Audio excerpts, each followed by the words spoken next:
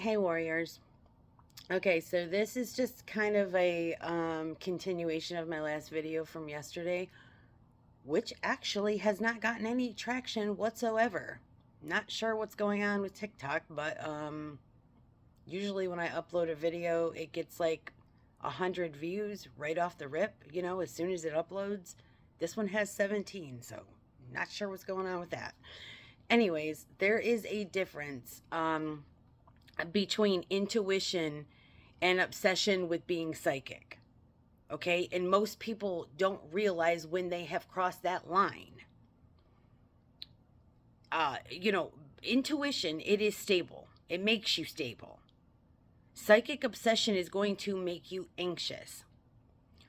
Now, grounded intuition, it's subtle, calm, non-urgent, non-dramatic. It doesn't need to prove itself. It's quiet and confident. It doesn't scream. Okay. It doesn't demand. It feels more like, I don't know how I know, but I know. And then you move on with your day, right?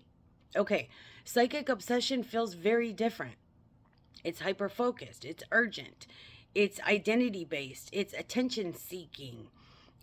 You're constantly scanning for signs.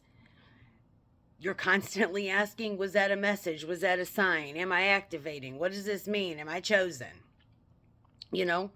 Um, that energy, intuition. It's ego and anxiety, period. Okay, so real intuition happens when your nervous system is calm, when you're grounded, when you're rested, when you're not trying to escape yourself. Okay. Okay. So obsession usually is going to spike when someone is feeling uncertain. Maybe when their identity is shifting. Uh, you know, when they want to, when they're wanting specialness. Okay. I mean, I don't know how else to put it. Or when they're feeling disconnected. It happens because the mind compensates by searching for meaning in everything, everywhere. Okay? The key difference is that grounded intuition is going to improve your real life.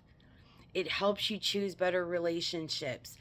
Leave those unhealthy environments, okay? Speak more clearly. Set boundaries that need setting. Psychic obsession disconnects you from your real life. It makes you distrustful, isolated, over-interpreting, living in constant analysis. You understand? One, I guess what I'm trying to say is that one integrates and one is going to destabilize you. You obviously know which one.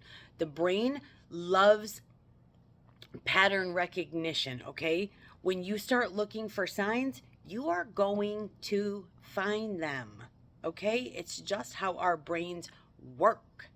What else did I want to say about that? Anyways, connecting dots, doesn't automatically mean that something outside of you is guiding you. Sometimes it just means that your awareness is heightened, but without grounding, that awareness can spiral straight out of control. Okay? If your intuition, is real, and we all have it. I'm not saying that we don't. I'm saying if it's showing up real, okay, it won't collapse when it's questioned. It won't disappear. It won't need any validation. I don't know. It's going to remain quiet and steady. Period. Okay? It will make you more embodied, not less.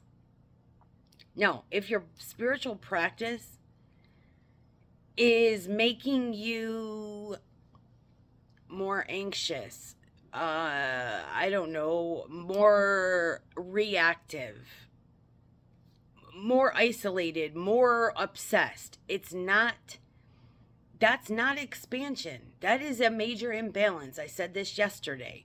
The strongest intuition is one that keeps you human, keeps you grounded, keeps you stable and clear. Okay? Because real awareness, it doesn't need all those freaking theatrics. It just works. I love you.